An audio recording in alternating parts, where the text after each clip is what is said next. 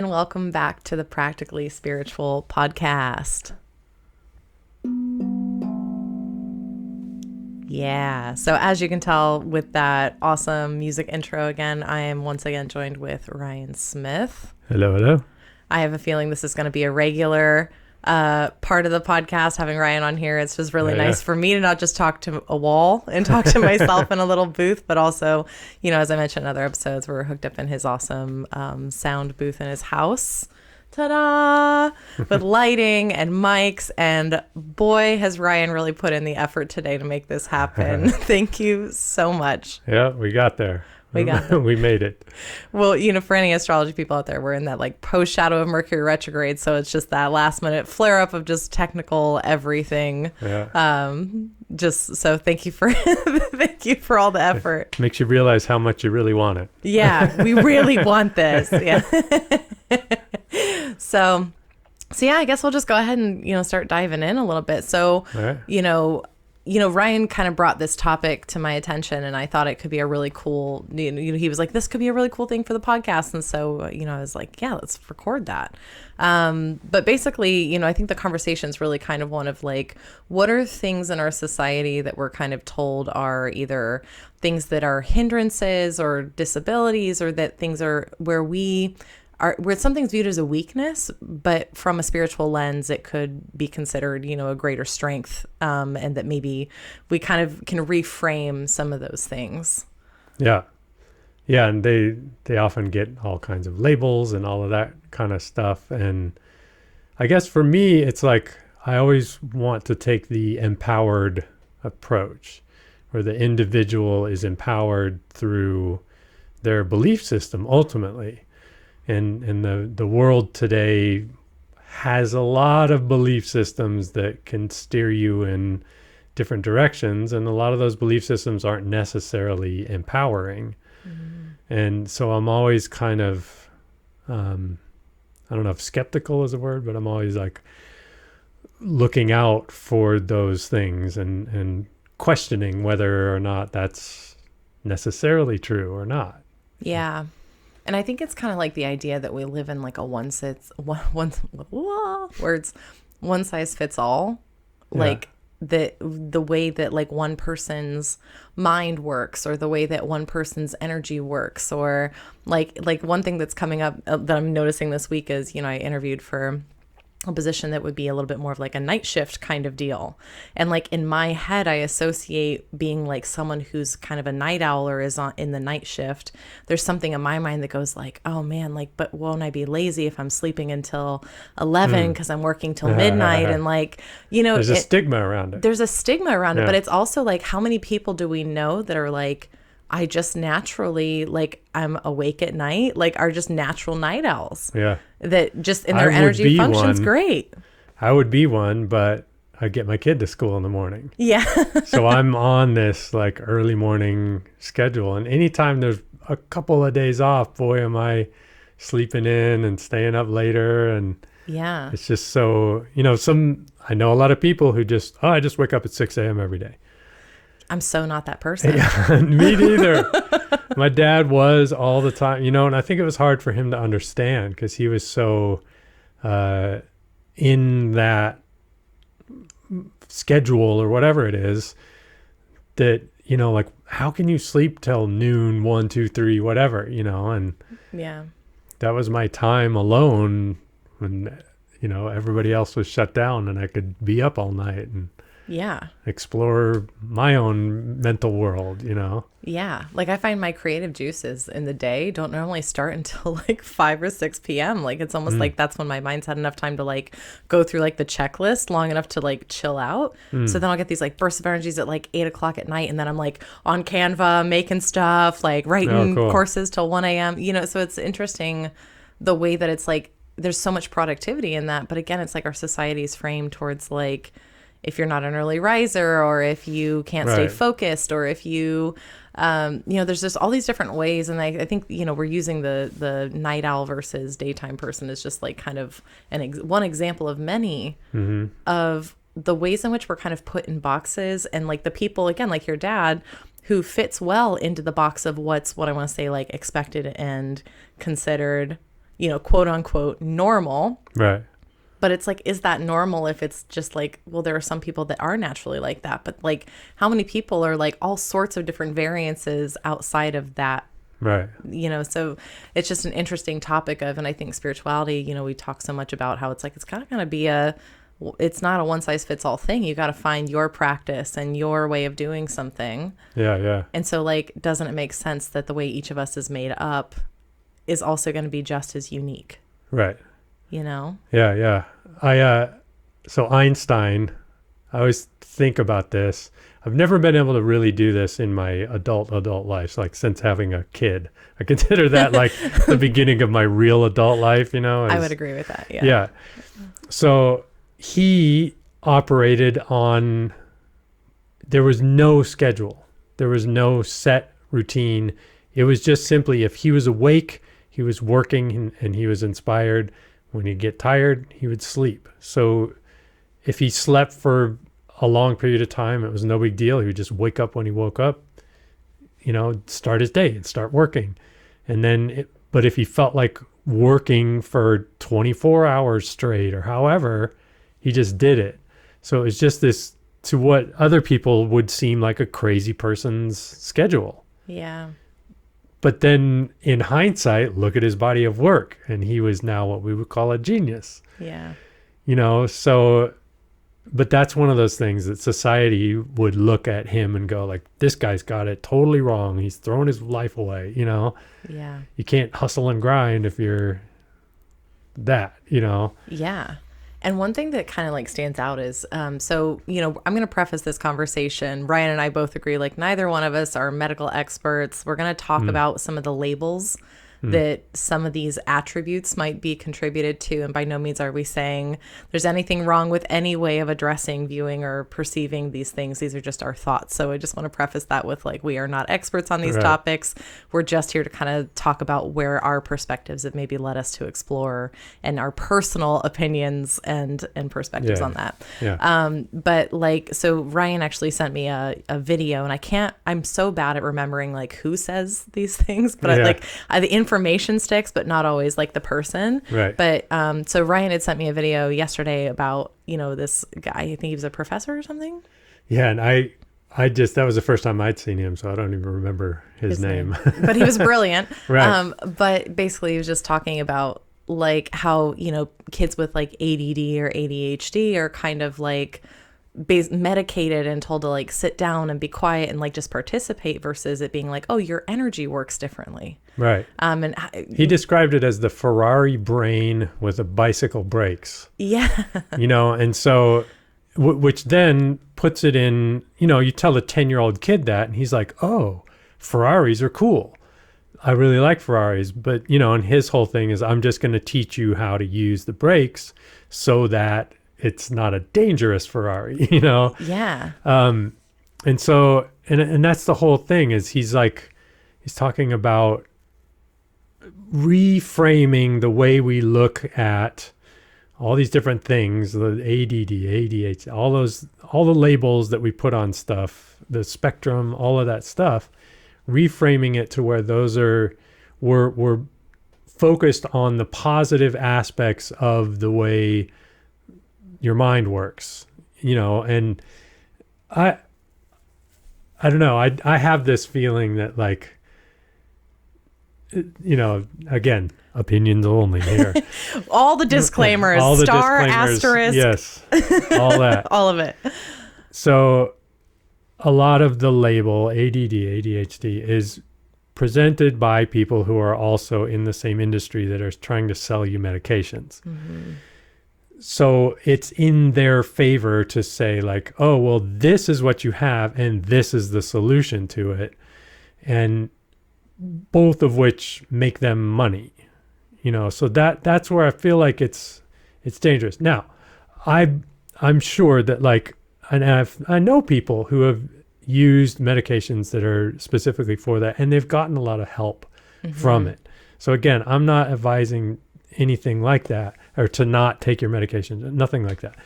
But I also feel like what's not a part of that whole system is let's really look at the way your mind works. Let's really look at, when you do focus and you're working on something that you're really interested in, look at what you're able to do, and so let's try to reframe this now to where you're now you're recognizing the gift that you have, and it's kind of like looking at it as a gifted thing rather than a disability, because we're almost labeling things as that. And then to me, that's where it's like, and I really believe in how you see yourself, how you view yourself, what you believe about yourself is going to dictate how you move forward in life. Mm-hmm. And so if you believe that you have this, and this means that I'm unable to do these things, then your focus is on what you're unable to do, as opposed to what is it that your mind is good at, because of the way it works, because it works differently. And, like I wish I had been taught more of that when I was a kid, because I felt like I view the world differently than a lot of people. I think of things differently. My thought processes are different. And yet it wasn't ever like, I guess I was in some like gifted programs or something in early school, but largely the world kind of likes things to work a certain way. And so if you don't kind of function that way, then you're punished, and you're, there's all this kind of like heavy stuff put on you just because you kind of think differently. Yeah. And something that kind of like is a curiosity, like just what I'm noticing, like a pattern, is like we're seeing all the electives and things get pulled out of the school system. And the school system is literally like, I think we're all, what I want to say is I don't think this is like conspiratorial or crazy. Like school right now, and I think even, when I was in, and I'll just speak, I graduated high school in 2010. So like that gives it just a time frame, because I think the education system is really changing at a rapid pace, unlike, especially after post-pandemic and everything. Like I think we're just seeing, like, we still had electives when I was in school, whereas I know there are a lot of kids that don't get the option for any of that now, which is, to me, is just bananas. Right. But when we know that music helps the brain develop, and now we're taking that out of school. Yeah. And like, I have so many thoughts on this, honestly, but it's interesting to me that the school system is like, what I want to say is, at least in my perspective, the focus on ADHD and the number of people I see claiming it, and the number of people that, are like the number of kids that we're seeing that like, oh, they have ADHD. I feel like on one hand, awareness of that has gone up drastically, which I don't necessarily know I don't think it's a bad thing to have awareness, but also I do also think in relation to that, it's being treated like a problem. Right. Or something that makes someone hindered. Yeah. But it's interesting to me that as the school system is focusing like that at the same level, like we're removing electives, which are where a lot of personalities and minds that might meld more into that ADHD, ADD framework. And again, what I want to say is I'm not enjoying using labels, because I think there's so many different ways it presents. And I think like, I wish we could just like get rid of diagnosis completely and just be like, oh, your brain's just different. How? And and because I think it's so unique, but for the purpose of this, we're going to just keep using those labels. But I think like, it's just interesting to see like the it's spiking in relation. Like, to me, it's like these two bars. Like, like the ADD and ADHD diagnoses are through the fucking roof. And I'm seeing less and less creative outlets in the school system. Yeah, yeah. And so, and like one thing that like really sticks with me is it's funny that this topic's coming, because again, this week I also, maybe you sent it to me, I can't remember. But someone was talking about the choreographer that brought us the Broadway musical Cats. Like, she would be in school, and like as a kid, she was always like, and I can't remember her name. I'm so sorry, guys. I'm terrible at names. I'm a faceless person. But like, she would be in class, and her teacher was always like, she won't sit still. She can't focus. She won't sit still. She won't sit still. And like, I guess someone saw her and recognized like, oh, like she's not going to sit still because she's a dancer. Right. Like, and so they were like, so then they started putting her in dance classes, and they noticed like, and like, look at what she was able to create. Like, she's brought us so much of like when you go through her list of accomplishments, like it is that like really high level Broadway, like some of the most memorable choreography that we know came from this person because someone was willing to say, oh, she's just not meant to fit that system. Like, she's a dancer. That's where her energy thrives. Right. So put them where they thrive. But I think that's part of that, like, one size fits all system. And I think I don't know. And part of me wonders, would we be seeing, like, what I want to say is ADHD or ADD, like the presenting symptoms, if we kind of did a more like focus on the person approach? Right. Or would we just see everybody's, like you put it earlier, they're a genius. They're a specific brand of genius. Yeah.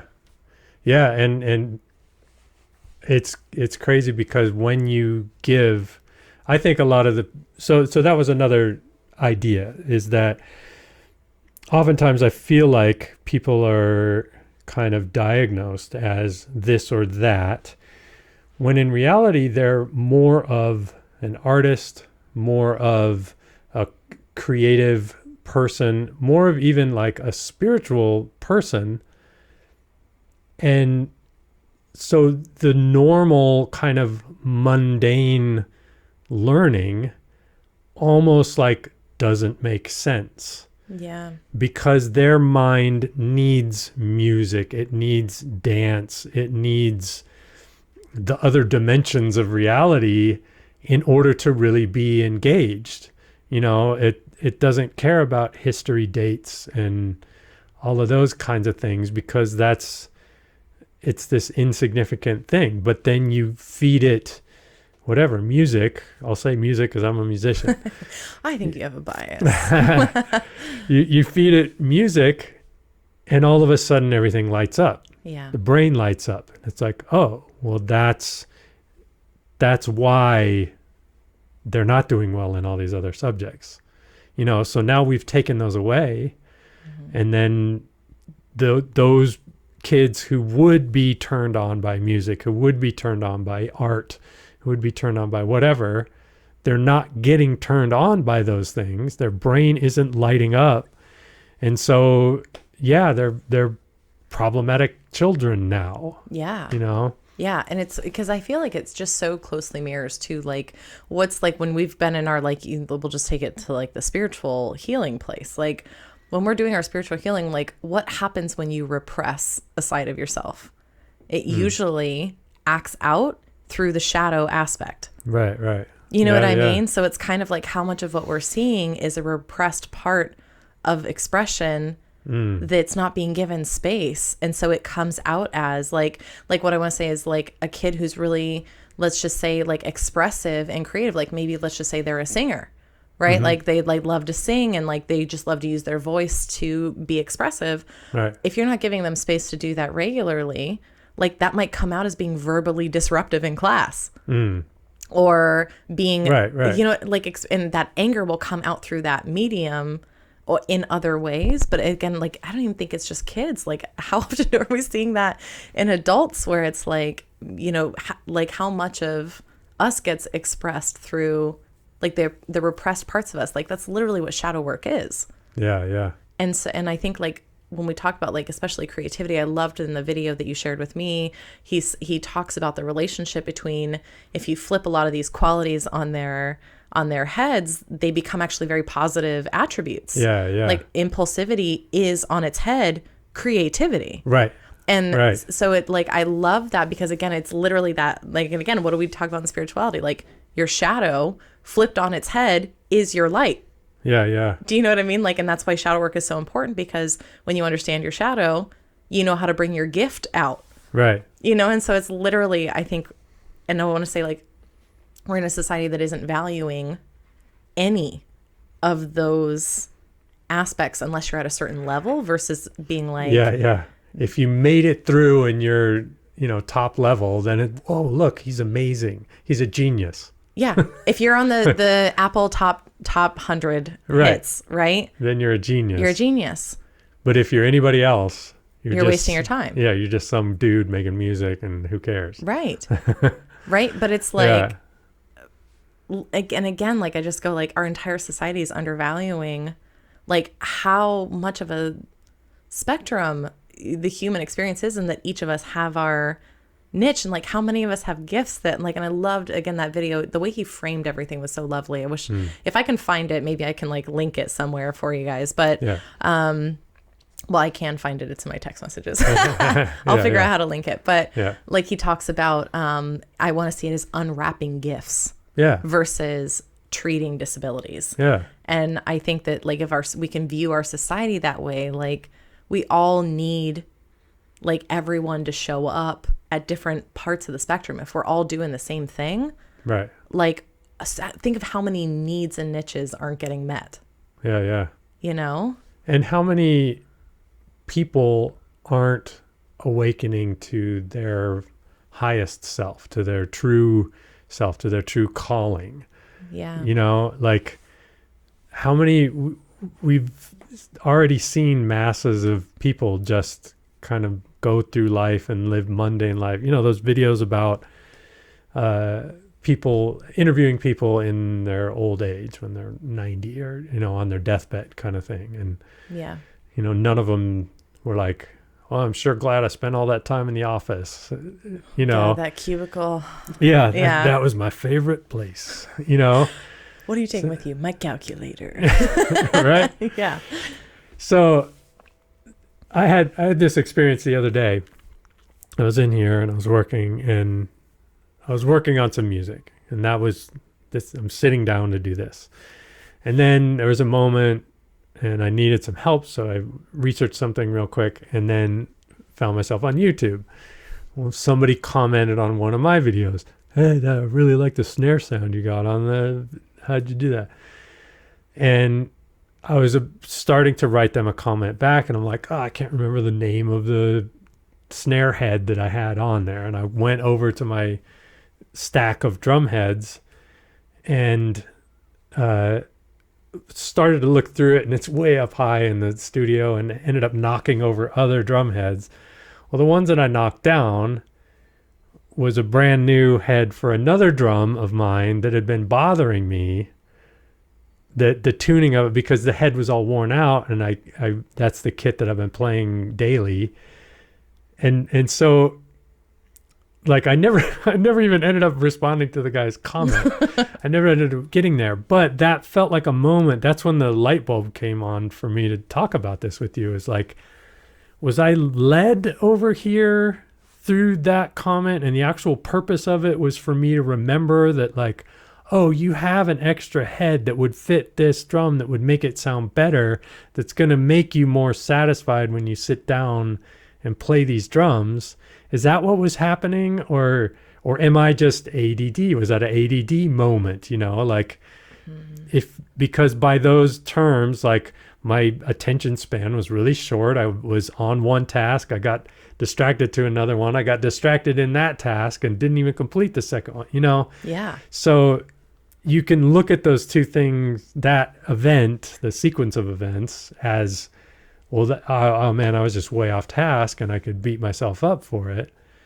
Or I could look at it and go, oh, well, that was a really interesting little string of coincidences that led me to something that ended up making me feel better. Yeah. You know, so I don't know. It's really weird. And the idea of, and I've seen tons of videos about this where they're talking about someone being led on their spiritual path.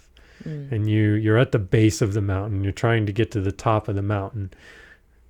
I don't know. There's not very many people where that line is a direct, straight line from the base of the mountain directly up to the top. Generally, it's this winding path, and sometimes you even find yourself on the backside of the mountain to where the territory looks totally different and you feel very lost, but there is something that you needed to learn from being on the backside of the mountain, or somebody you needed to meet or whatever. Yeah. And so it's this winding path that actually brings us to our ascension. Yeah. You know, and I don't think that's disconnected at all. Like, I think like we're seeing like an explosion of consciousness and awakening and people like the perspective shifts happening like never before.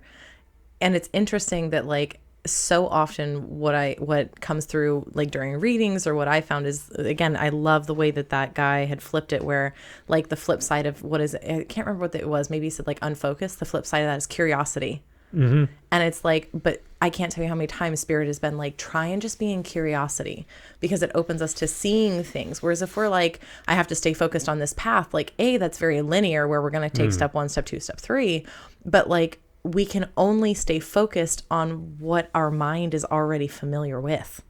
Mm-hmm. And so it doesn't leave a lot of room for like new learning or for the unknown coming in. Yeah. Yeah. And so like, I do think like, and if anyone's ever had one of those days, like I think we've all probably experienced it at least once or twice.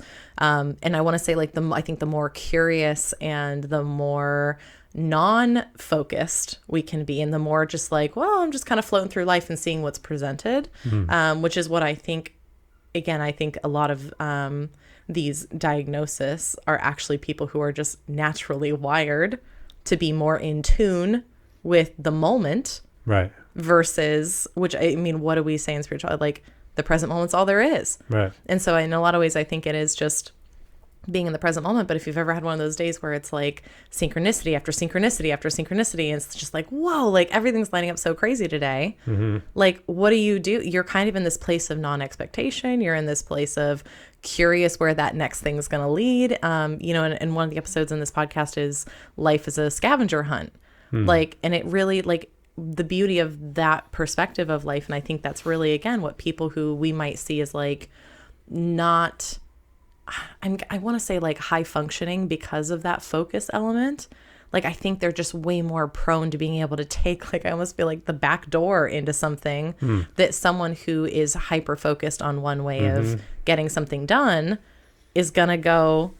And I think, like, again, the one thing Spirit always gives me is like, if it's meant for you, it's not going to pass you by. So something's really that important, you're not going to miss it, Right. And I want to say too, I think some of this gets tricky, I think only when it gets intermixed with, like, I can speak for myself. When I was a kid, they tried to put me on medication. By they, I mean a therapist thought I was ADD or ADHD and was like, hey, she should be medicated. My parents at the time, I was probably about 8 or 9. Well, no, maybe 9 or 10 at the time. But my parents asked me, like, do you feel like you need to be on medication? Because I was failing classes and I was like, I wasn't doing well in school. And I remember saying no, like, it just felt so like there's nothing wrong with me. Right. But when I look at like my life at the time, like I was going through a lot at home. Like, I was like, what I want to say is it was so enmeshed with, and I think all of us have to process like our trauma too. Yeah. And a lot of what I think, it's funny because like, what does trauma or abuse or like all of the things that we might be healing through our spiritual journey, like a lot of those are going to, like, if our fight or flight response is turned on, the way Spirit always presents this in readings is like, it's like asking yourself to study biology while you're actively being chased by a lion. Right. Like, you're not going to retain it. The focus isn't going to be there because you're in survival mode. Right. So I think it's kind of like, I think we're seeing like where, what I want to say is where those two worlds meet, where like someone who, and again, it's not to say that people who participate in like are a little bit more in that linear or that focused or that, because there are people that are like, I just naturally wake up at 6 and I'm just very organized and I've just always been like this, right? Yeah. Like where are my Cappies at? Like, where are my Capricorns, right? Or my Virgos like, tend to be more organized and like, on it. But like but it's like, where's the intersection between, and I think that's why the healing aspect is so important, because I don't think you can unwrap your unique gift until you've kind of separated out, like, okay, where is this maybe a trauma response of, like, what I find is like with that, it might be getting really overwhelmed. Like, because like if we've ever had that pile of dishes in the sink and it's like, that just feels so big, I feel like I can't even approach it. Like for me, that's when I go, oh, something in me is feeling overwhelmed, unsupported, right? Which for me usually connects back to an emotional thing. Yeah. But if it's like, oh, I just feel like I'm on the wrong path, like I'll beat myself up all the time about I should know what I'm doing and where I'm going. And like literally this week, I've been like spiraling out into like, do I know anything about life anymore? Right. But it's like, but I'm still here, and it's like I'm following impulses and I'm in that lost place. Yeah. But I don't feel, what I want to say is I think there's a distinction between a brain that works a little different and a brain that's still in survival mode, which would have similar symptoms, to the not able to focus, bouncing from thing to thing, like, because I think it can kind of show up in both. But I feel like the spiritual path can kind of help us discern when it's like, oh, a part of me is asking for more support versus like, oh, my brain is just firing other inspirations, or my brain would rather focus here. I think that's why things like systems like astrology or human design are so helpful. And again, like, people will roll their eyes at astrology, but like, it has helped me immeasurably to accept my strengths and like where my, like, I'm very brainy, right? And everything says like, just get in the heart, get in the heart, get in the heart. Like, yeah, I have had to heal and learn how to feel my feelings and get into my heart space. And like, my chart is like 86% air, which means I am in my head all the time. But there's a reason I came in with a lot of that element. Like, I am meant to be intellectual and analytical and more focused on the brain processes. But like, what does that help me do? It literally helps me do this. Oh, right. And this is something that brings me so much joy and passion. But that's why I'm a good communicator. That's why I can process thoughts and find different perspectives, you know? And so it's like, where, again, and even in the spiritual community, that might be seen as a weakness. Like, man, she's like, sometimes it's hard for her to access her feelings. Like, yeah, but once I get there, I'm able to communicate it. And once I get there, I can share it with other people in a way that a lot of other people might understand it. Right. And so I think it's kind of like, that's why those systems can be so helpful. Yeah. Like the systems of astrology and and human design especially. I don't know too much about that. I mean, I like cracked open the book, you know, the internet book of it, and like, whoa, this is heavy, and just kind of like, I felt like I don't have time for that right now. You know, that was one of those. Well, and I think everyone finds that when they're ready, you know, and like, if it's not your method, again, it's like, like, if you opened up that and you're like, ugh, no. Yeah. And like, this is just not. I mean, I could see I have to say there's an interest, you know what I mean? It's like, oh, this is really like deep and interesting, but it's also like so deep that, you know, it's just like, that's going to take me a long time before I'm really getting the fruit of the work that you're putting in to understand, because it's a whole new like language and approach, and, you know, examining yourself in a new way. And but I will say, like, I think sometimes, and it's funny that you're saying that, because one thing that's like, it feels kind of like it's that like doing the dishes thing, like, this is so deep and there's so much here. But what I want to say is, like, I will say I have gone down the rabbit hole in both of these, like, really deep. But most of what's actually been helpful to me has been the more like very basic, just first level stuff. Like, how does like, you know, let's just say human design. Like, that's one that a lot of people, because it is very like, what I want to say is very like brainy, and which of course I love. I literally have bought the textbook version of it that I could like take notes. But again, that's like who I am. It's my strength. But like, so and I feel like I really just want to talk about this because I feel like it could be a helpful resource when we're talking about like, oh, my energy just works different. And when you give yourself permission to say, like, no one's energy works exactly the same, but I have a general framework for how mine works, then you're able to start, like, what I want to say is deconditioning from societal stuff around the one size fits all, and give yourself permission to just kind of figure out and play with yours. But like human design specifically, and what I love about this is Spirit brings this up in readings all the time when someone's in this place of like I feel like I should be doing this and I don't know what I'm supposed to be doing, and I don't know what I like, and I don't, you know, when we're in those lost periods. So like, or like, especially the people that are like, I just feel like I can't focus and I'm always dabbling in this and dabbling in that and dabbling in this. There are certain human design, your energy types tell you how your energy works. So like, I'm a generator. So for generators, when I'm doing something that excites me and lights me up, that's when I know I'm in alignment. Like, that is my job. And I think it's manifesting generators that are specifically prone to this. And it's actually how their energy is, again, meant to work. They're supposed to be like this. Their energy is to dabble in a lot of things, pick them up for a little while and put them down when they're no longer lighting them up. And it's literally their path to success and their path to abundance and their path to growth and expansion, and that is their alignment that's going to lead to everything that they're looking for, right? Yeah. But because we're so ingrained with, no, the only way to get success is to find that one thing, right? That's what's been showing up for me a lot. But again, I'm a generator. There's not one thing that lights me up, right? Like, and if what lights me up is like, I want to go play in the rain. Like, my job is just to feel that like, and say yes, that's it. Right. And like, and there's also like strategies they give you, like for generators, it's like to respond. If I'm trying to initiate something, I feel frustrated. And that's my cue that I'm trying to make something happen before it's time. Right. But I have to wait. So I actually love that you've reached out and were like, do you want to do this and do this podcast? Because my strategy is to wait for someone to approach me with something and then feel in my body if it's a yes or a no without going too into the logic. Right. But that's my strategy. It's interesting because you describe yourself as so brainy, but then like in that instance, your approach is to get into the body for the answer, Yeah. So that's like the recommended strategy. So I do. And I think that's why I had to learn how to like feel the body and I'll say like, that's where we feel intuition.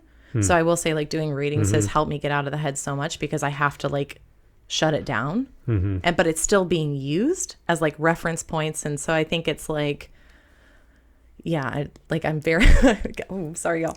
I get really in the head, but it's like, and what I want to say is I think learning how to be in that strategy I'm still really struggling with it, even though I've known about it for a couple of years now, because it's not something we're taught how to do. Right.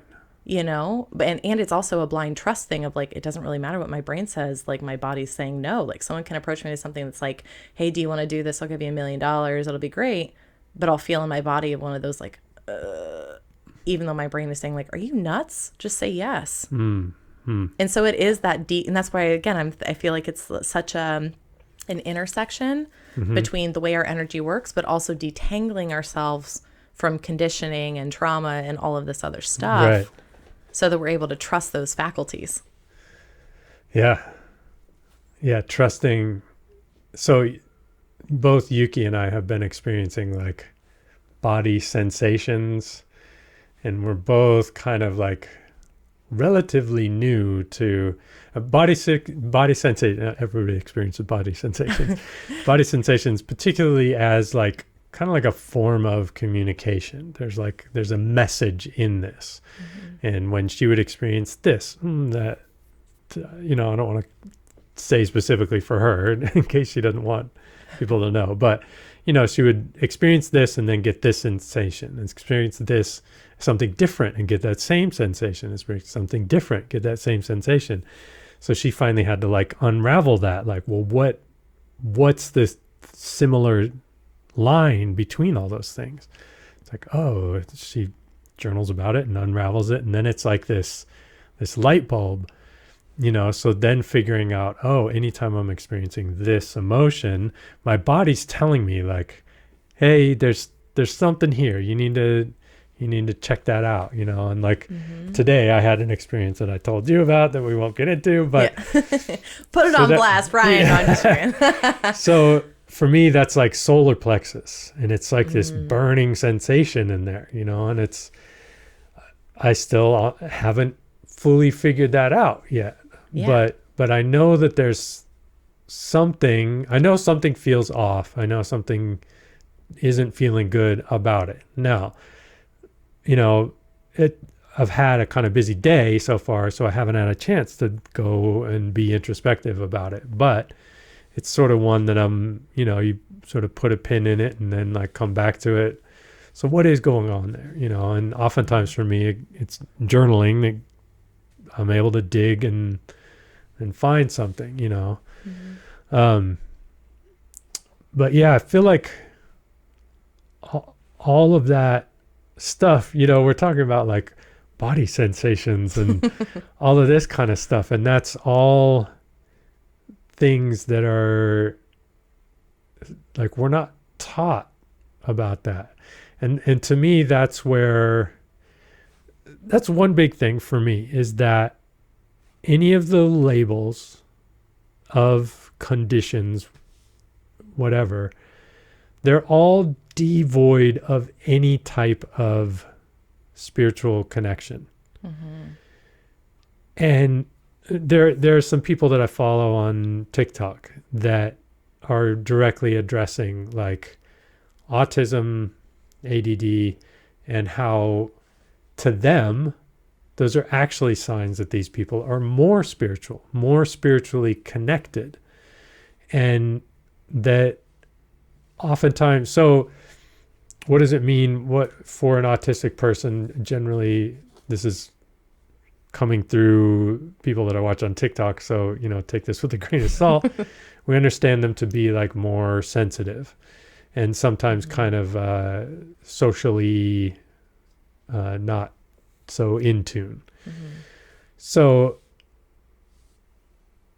but they may be just more, so the spiritual, again, flipping something on its head. Now, if you're more sensitive to the physical sensations in the body. You're more in tune with those. Like for me, I'm almost 50 and I'm just learning like, hey, when this happens, I get this interesting sensation in my solar plexus, which I just learned what that was a couple of years ago. So I'm just now kind of like learning that, oh, there's a kind of code almost there, that the way that my body communicates with me is the spirit can communicate with me through my body sensations. It's not like a big booming voice comes on and goes, Ryan, you need to stop doing this. Or, it's not that. God? Yeah. It's not like that. Like that's kind of the TV version of when the heavens part and, that's, spirit is communicating with us now. Oh, yeah. That's the whole thing, right? Yeah.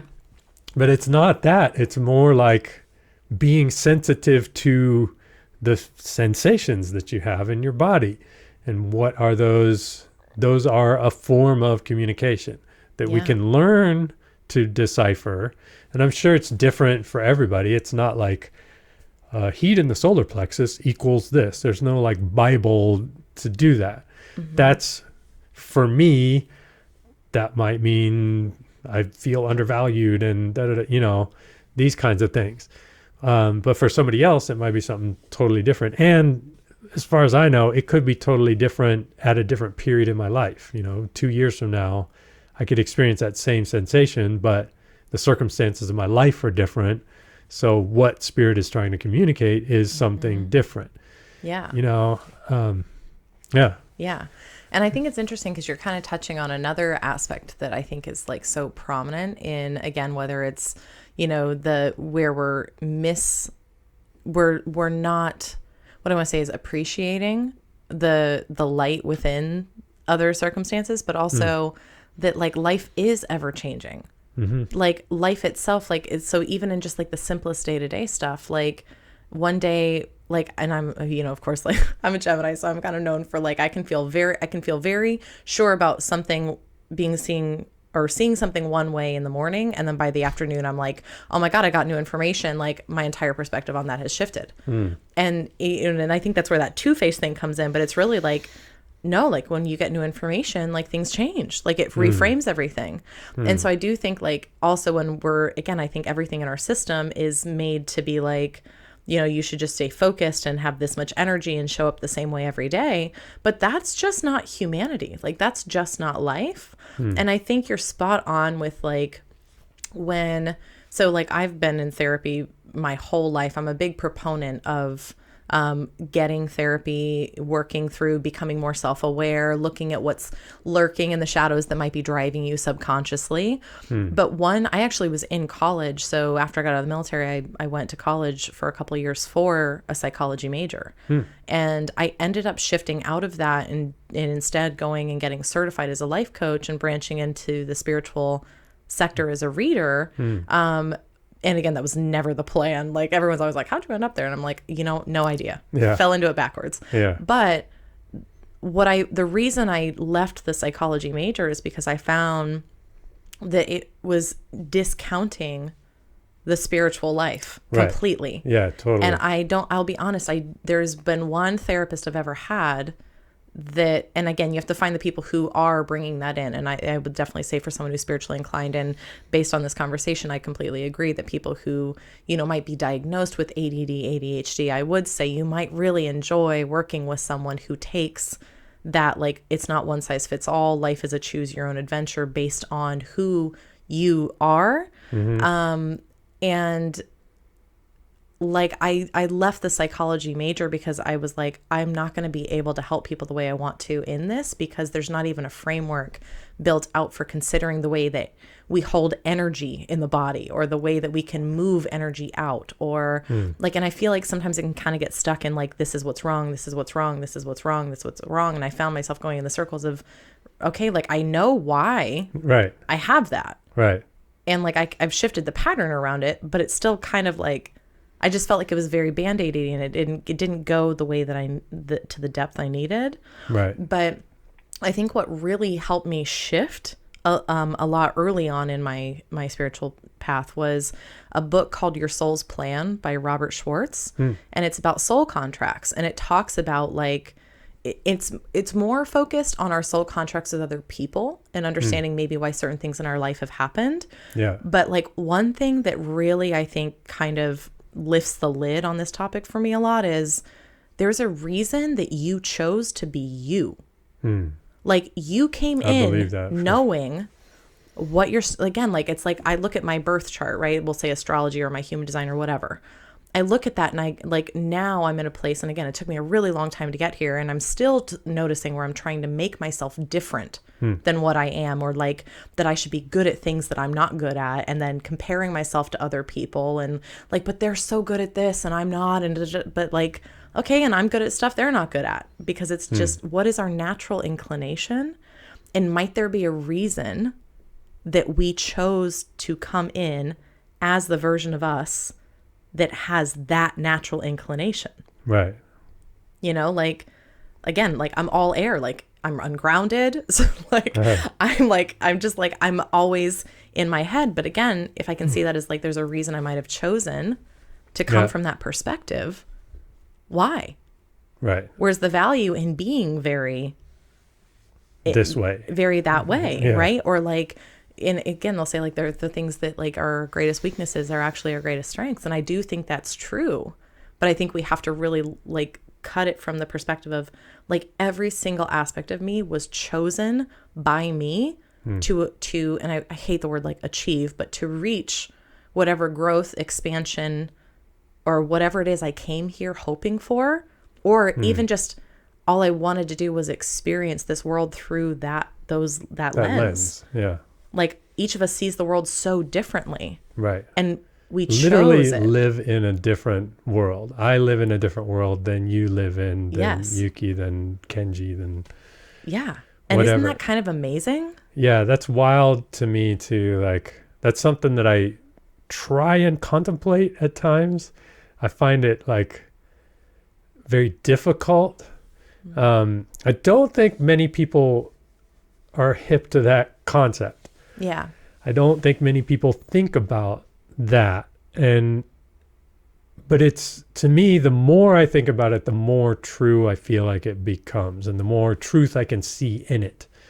Just the fact that like, I have had these experiences. I grew up around these people. These were my parents. This was my upbringing. So all of those things create the lens through which I see life and this world and everything. You have had a completely different set of everything. But even if I had like a twin brother who grew up the same as me, side by side, he would still have a completely different view of the world, because his take on things, his whatever, he's the other brother, however that goes, he would still have a completely different world than me, and maybe there's a lot of similarities or whatever, but the actual skew that you put on the lens is just going to completely change it. And so something that's completely meaningful and deep and that I'm passionate about, to me, like, you could look at the same thing and be like, oh, that's cool. I mean, whatever, Cool. Yeah. And and something that seems mean to me or just whatever, you could keep going, you know? Yeah. Like, I can't tell you how many times I've tried to like explain like a big aha moment that I had to somebody. Yeah, yeah. And they're like, okay. And I'm like, no, you don't understand. This changed my life. And they're like, it's really that big. it's really big. Like, and it's like, okay. Yeah, like, yeah. But because they're not in my lens, they can't possibly understand the ripple effect that that might have had. Right. And what I want to say is I think that the fact that like, just like, we'll just use this instance, like the fact that you and I are literally living in completely different worlds and like perceiving each other. Right. And still able to co-create something. Yeah, yeah. And find that center. Like, I think that finding the middle is the spiritual aspect of us. Yeah, yeah. You know what I mean? And so I think most people, I don't think there's a way that any of us are not connected. I think there's just, what I want to say is, what do I want to say? Do you ever, like, it's so beautiful that you can still come together, even though we're all living in different worlds, and still like find connection and find harmony, and like, and I do see your strengths, you know what I mean? Like, I think it's like, you know, for anyone who, you know, I was just watching Rion set this whole thing up, and like, I was baffled and overwhelmed just looking at all the dials and the knobs and the buttons, and he's just like clicking through, troubleshooting, and I'm like, this is rocket science to me, right? That's not my strength. Right. But honestly, I'm going to be honest, I don't know that I'm bringing anything to the table today that you couldn't do, but it's just, you know, because clearly Ryan's also a talented speaker, but it's just like, you know, to be able to say like, oh, I see that this person's able to do things I can't do. What that does is it kind of gives us permission to say, oh, I don't have to be good at everything. I just have to show up in my genius. And the people, if I allow other people to show up in their genius together, will all kind of like fill the holes, fill the gaps in society in a lot of ways. And so I like, what would happen if we were really embracing like, oh, like this is what I came in to be. Right. And I'm not saying from a mission place, because I think we can get really stuck on like, this is what I came to do. And it's like, no, I came in to be me. And this is just the most natural expression of me. Then it's like, we'd have all of the pieces of the pie filled in. And all of us feeling honored and like appreciated for the truth of who we are. I saw, it was a quick meme or quote that I feel like kind of encapsulates that. And this guy was saying, don't strive to be the best. Strive to be the only. I love that. You know what I mean? And so that's what it is. And that was like an aha moment for me, like a lightning bolt, like, because I'm a drummer. So I post Instagram reels. I post drum videos on TikTok. I can look at another dude and, oh my God, another drummer, male or female. Damn, the way they're doing that. Oh, their sounds, this, that. They're, you know, there's so many things that I can look at and like they're doing it so much better. So then I put myself on a competition scale and I'm ranking all these other people and I'm feeling like I'm behind. I'm not doing well enough for my own race against whoever that I'm, you know what I mean? Like whatever it is. And it is strange for me because that's also like, I'm trying to make a living at that as well. And like the studio and everything. So it's tied into like survival because if I can get my Instagram account to 100,000 followers, more opportunities are going to come my way, more eyeballs are going to be on me, all of this stuff. So, which in turn, in my mind, at least means more money coming in. So that it's a really tricky slope for me. But if I'm viewing that through the lens of trying to be the best, then I'm setting myself up to lose because there's always going to be someone who's doing some aspect of what I'm doing better. But if I can just simply be the only one who expresses things in the way that I express them, then it's a total game changer. It's like, just play the drums the way I want to play them in the way that makes me feel good. Then I think people will be drawn, and who knows, it shouldn't even be about that ultimately. But I would think that people would be more drawn to that rather than when I'm in my mind playing something like, oh, I hope this is as good as someone else's whatever, version. or trying to be like this or that, you know? So yeah. And I think bringing social media into it is a totally, like, also something just worth mentioning on this, because, like, if we're talking, like, like, we'll just use the ADHD, the, like, you know, jumping from thing to thing, or the trouble focusing. Like, we're also in a time. what were you saying? What? What? Squirrel? But, like, we're also in a time where, like, we're bombarded with things that are constantly also pulling on our attention. And I also think it's interesting that, like, when we have, like I was just talking to a friend of mine who's also an entrepreneur, and she's like, it's so hard because you have to catch people's attention in the first, like, 2 seconds that they're looking at something, because if they can't figure out your website and, like, something about it just makes them go, like, okay, not everything I need is, like, on my eyesight right away, I'm just going to click off. Like, because we're so in that instant gratification, and that, like, what I want to say is, it's like the brain is running the show so much subconsciously that we're just like, I think what I want to say is, I think a lot of what we're seeing as, like, ADHD is also being fed through the, like, and in a way, again, that survival mechanism comes in, is, like, let's say we're scrolling through Instagram, like, all we're seeing is stuff that makes us want to compare ourselves and our lives to what's a really false image of that person, Right. or of that thing, or of that, you know, how good they have it together or whatever. But there's also that, like, other, and again, like, they can do it their way. It's like we all have to find our own personal branding in a way, but it's really hard when you also feel like you have to cater to a society that is, like, I want to just say, like, I think our whole society meets the criteria for being ADHD, because right now that is how everything in our world is set up. Like, how many video streaming apps do we have on our television? You're scrolling through Netflix, like, it's choice overload to the point that now you don't want any of it, because there's just way too many options that are all right there. And so what I want to say is, I think so much of what we're seeing is a very natural response for beings that are meant to be experiencers, that have been fed a world that's all external stimulus.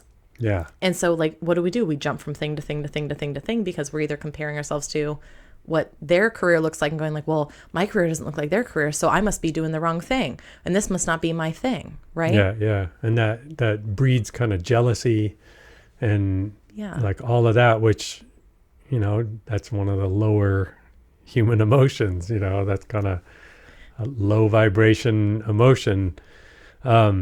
And I think we never take the time to turn that on its head. Right. And say, like, okay, if we turn jealousy on its head, what is it? Desire. Right? It's like, right. I want a piece of that too. Sure, yeah. You know? And in which case then you're inspired to want to take action to do such and such thing or whatever. Yeah. And then again, I think that's why it's so important to also be doing that, like, the trauma awareness as well, because it's like, I don't know about you, but I've gone down so many roads that I'm like, I want this. And then by the time I get even close, or during the process of trying to get there and feeling frustrated for why it's not happening, I go, why did I want this? And it's usually like, because I don't feel like I'm enough, or because this is what society tells me I should want. Or, but again, like, I think it's like when we're talking about finding the thing that's unique to you, like, so much of what I've wanted is like something that really, you know, kind of hit home for me yesterday was, I've been spending the last few years trying to, like, really sink into, like, my feminine energy, right? Like, really, like, I want to be feminine and soft and, like, all these things, like, and I'm kind of viewing it through the lens of, like, a lot of the women in my life have this very soft, nurturing, flowy, graceful energy to them. I have never been that. Like, I'm pretty sure I came out of the womb like, let's party, like, you know what I mean? Like, I've never been that, but I've spent the last 2 years feeling like there's something in me that's not enough, and torturing myself over why I can't make myself be that, and thinking it's some kind of box I have to unlock in order to think that way, in order to act that way, in order to have everyone perceive me that way. But it's funny because no matter how hard I tried, everyone always just, and if anything, I think it accentuated the more masculine qualities that I have. Anything you're trying to hide is people are gonna notice. Right. Yeah. And it's almost like even more exaggerated, but it's all calling me back to, like, Deanna, like, stop rejecting this part of you, right? And like, I had to give myself permission to say, like, oh, like, I am more, I'm not this graceful wilting flower. Like, I have more like girl next door warrior energy to me, like, that's just that's who I've always been. But it's like, because I'm looking at women and like what society wants from women. And right now that's a lot of like sexual energy and like, just all of this. And again, like more like wilting flower, soft feminine, draw him in like he's a honeybee and you're a nectary flower on a hot day. Like, like, so it's like, I'm noticing where it's like, but I'm like, okay, but my person would really appreciate that I'm kind of a badass. Like, you know what I mean? And it doesn't mean I'm not a woman, like I am. Right. And I've been rejecting something that's actually a strength. Right. There aren't a lot of, like, I don't know anyone else. And I don't think any of us would, if we were really being real about it. Who else is like us? Right. Like, I am uniquely in this interesting energy that I was literally born into circumstances to create. I was raised by a single father until I was 8. Like, I asked to go into cheerleading. I was put in flag football. You know what I mean? On an all boys team. Wow. But what I want to say is I noticed that I have an ability to create like real friendships with both women and men. Yeah. Without it having to be like, what I want to say is like crossing lines out of just true friendship. But I was raised in an environment in like the military as well. So anyways, I'm going on a tangent, but like, it's something that I viewed as a weakness for a really long time. Right. But it's actually, I think, my greatest strength. And I just like yesterday was like, wow, I really want to embrace her and see what she can do. Wow. Yeah, that's and I great. think it's the same with like ADHD and like our, all of those differences. Like, what would it look like if we lived in a world where we said like, this is so just who you are. Let's nurture that. Right. Yeah. I mean, that's a huge, like, self-acceptance. I think it's kind of palpable when you meet someone who is just grounded in their own energy and completely accepting of like, yeah, this is just who I am and this is how I do life. Yeah. And they just completely like accept it and they're not trying to be anyone else. They're not putting on a face for anyone else, and I think it can be jarring because there aren't that many individuals in the world who are genuinely like that all of the time. Yeah. And it's also important to be mindful that people that were like, man, they just really know who they are. They're so grounded in themselves. I can tell you how many people have been like, you just seem like you just know who you are. And they're like, are you joking? Yeah, like, right. I'm always like, who am I? Yeah, I'm always doubting myself in my head and beating myself up. Like, they're not exempt from the human experience either, you know? But I do think they do hold a different energy. And I think it's hard because they invite us to feel what that would be like for us. Mm-hmm. Yeah, if they can hold that space in a genuine way and you get to spend time with them, then it's like, oh, yeah, this is cool. Yeah. Yeah. So I feel like we're probably getting close to the end on time here, but I think it'd be fun. Are you willing to play a game with me? Okay. Okay. What's something that you think... We've got an audio answer. Let's play a game. Cue the game show music, right? Yeah. Side note, always thought it'd be fun to be a game show host. You'd be good at it. Yeah, I would be good at it. Maybe that's the next job I apply for. Okay, so like, what's something that you can give yourself credit for that is like a uniquely you skill or talent? Uniquely me skill. And not even necessarily something that you're doing, but like it can also just be a quality. What's something you think is like really awesome about you? The ability to pull back and see both sides of when there's two people oftentimes and they're at odds. I can generally pull back and see, and I think it annoys some people because they want if one person's on one side and one person's on the other, they both want me to take a side and but I can generally be like, I understand your side and I also understand your side. And I'm good at like showing both of them how like, well, you understand what da da da da, and they're coming from here. I don't know. I feel like that's something that I've always been, for whatever reason, fairly good at That's awesome. doing. Yeah, a lot of people can't do that. Yeah, And it's, what is it? It's diplomatic. You can build Yeah. connection. yeah, it can become problematic because people just want the pick a side. You know what I mean? I get that. I'm like the queen of devil's advocate. My ex-husband used to get so mad at me over that. He'd be like, he's like, you're arguing for a side you don't even agree with. And I was like, because it's also valid. Yeah. Yeah. And that's something I can do, you know, like whether it was a political thing or whatever. It's like, well, and it's something that I do on my own as well. If there's something that I see that kind of like I disagree with at first, but then I'll kind of like sit and think through it. Why would they think this way? Why would they da da da da da, you know? And then most times I can come to an answer that's like, oh, I kind of get where they're coming from. Yeah. There's a few things, I can't really think of specific examples right now, but there's a few things in life where I am like, I just cannot wrap my head around this, and those really bother me.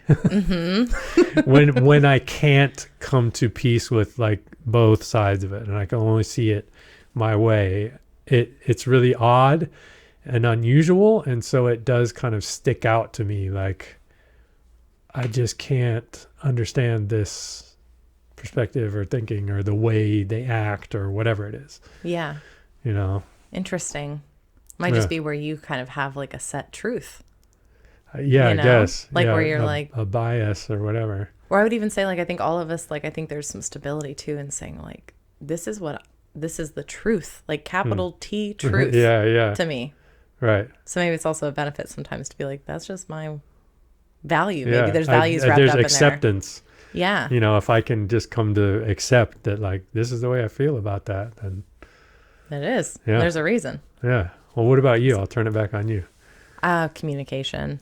Yeah. Yeah. I'm really good at, I can take, I think, complex topics that are hard to relate to, and I can figure out how to word them and express them and relate them to people in ways that they're able to apply it to their, again, I call this company Practically Spiritual, like their practical life. Like taking things that seem unrelatable, out of touch and out of reach, and making them feel accessible, relatable, and I think applicable to where they are in life. That, and I think I'd also add on there, I think was not always the truth, but it's something I think I've earned over time. I think I'm really good at seeing the truth of people, even if they're not showing up as the depth of themselves. I think I can, and it's gotten me in trouble before because I've stayed in dynamics with people who aren't showing up very well, because I can always feel underneath like the truth of their core. So I think I'm just really good at kind of like seeing that and maybe inviting people to be with that part of themselves, that deeper core self. So I'd say those are two things I've noticed that I'm like, that's pretty cool.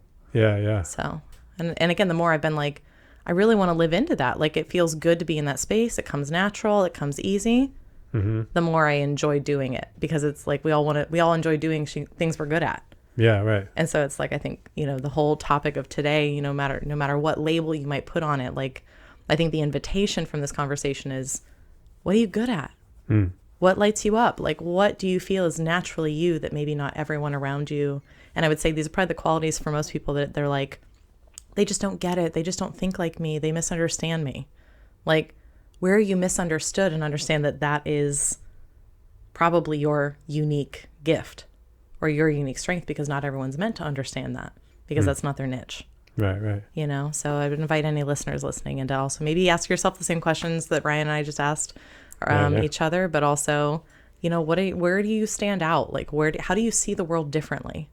Right. And if it's coming across as something that doesn't feel good, like, I always see like, where things are wrong, like that probably also means you probably have a skill for finding solutions, but if we always just get stuck in how it's different and not the same or enough as everyone else, then we never really get to uncover the deeper layer of what, again, flip it on its head.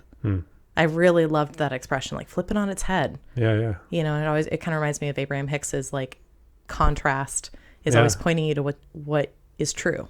Right. And I'm really loving working with that. Like, again, how do I flip this on its head? Because it is pointing me in a direction that is empowering versus disempowering. Yeah. All right. Well, Very thank cool. you so much, Rion, for letting us use your studio and setting everything up, and for yet again a wonderful conversation. You know, all of you just out there listening, just know Rion will probably be on a lot of these podcasts because we could talk I'd for love to. hours. So it's always so fun to have you on here. So again, thank you thank for having you so me. much. All right, y'all. We will catch you on the next episode.